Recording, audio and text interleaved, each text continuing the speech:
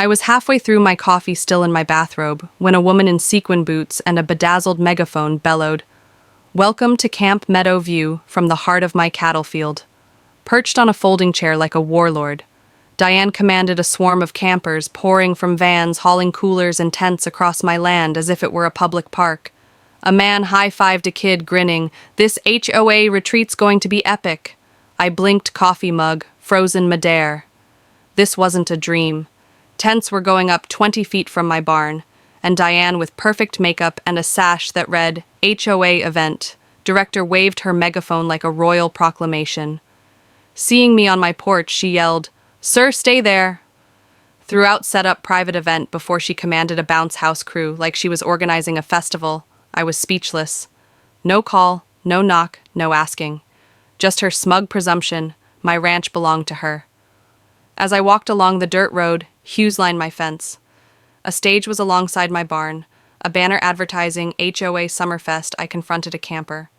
"What are you doing here?" He pointed toward Diane. She said, "It's an HOA function approved with the owner." I snapped, "I'm the owner. This is my ranch, and I did not approve anything." He paused as Diane, live streaming, thanked the HOA for her vision. Standing before her, I demanded answers. Her smile was chilling. "I've organized dozens of HOA functions. The board selected this location." "Who granted my land?" I pressed. She shrugged. "We used it as public space. Isn't community better?" "My animals were here," I said. She waved it off. "We relocated the cows. We've done this before." "Trespassing," I warned. She smiled. "Call the sheriff. My cousin is friends with the mayor." No apology, but defiance. The sheriff's line was knotted up with a fair brawl. Diane staged tug-of-war by my well-pumped children, rode my tractor. I ordered them away. "Calm down," she sneered. "You don't want a scene?" A scene. She'd broken into my house. I withdrew to my barn where my dogs, Duke Bear and Scout, retired military-trained guards, paced, smelling the trouble. Balloons jangled my fence. Horses huddled in the field's corner. "We're not hurting anyone," I said, Duke. "But we're finished being walked on." This wasn't trespassing. This was an attack on my life's work. Diane believed her sparkly sash overruled ownership. She was mistaken. Night transformed my ranch into a circus. Bonfires cracked illegally. Kids ran amok, and a karaoke machine mangled popular songs. Teens hurled fiery marshmallows around hay bales. I trampled out sparks. A volleyball net pierced my irrigation line. Porta-potties reeked by my trough. One graffitied HOA bash. 25 fireworks ignited in proximity to dried brush.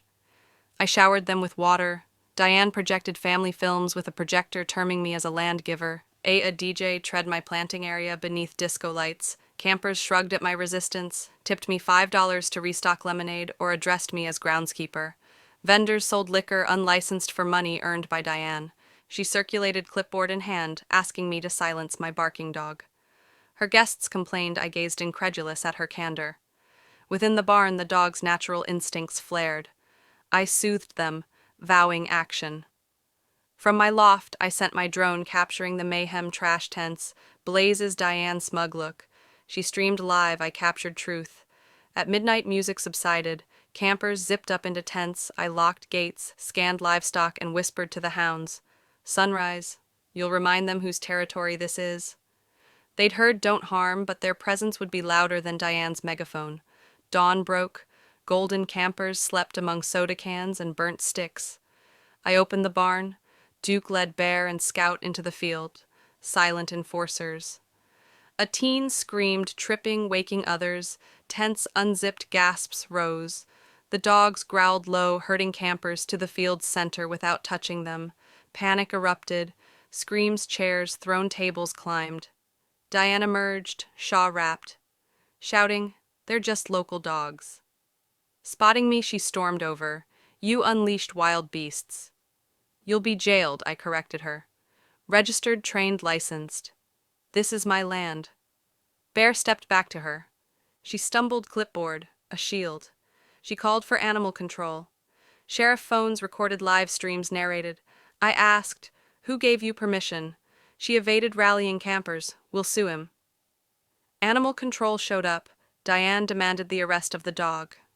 The officer checked my licenses, nodded approval, then gave her a court notice for unauthorized events, unlicensed vendors, and livestock disruption.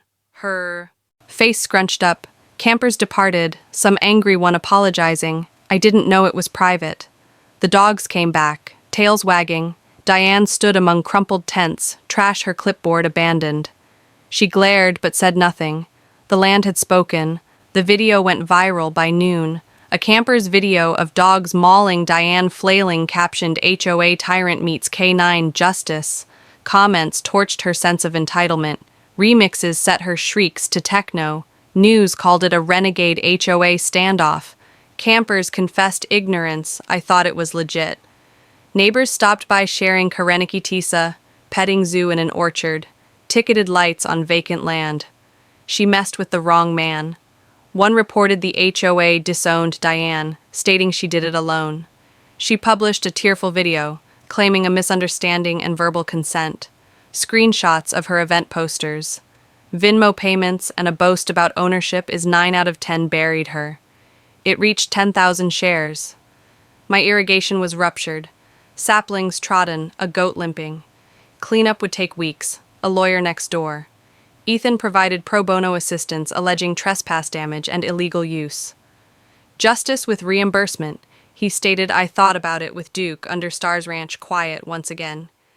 Next day I collected evidence, drone images, ownership papers, damage images, Diane's uploads.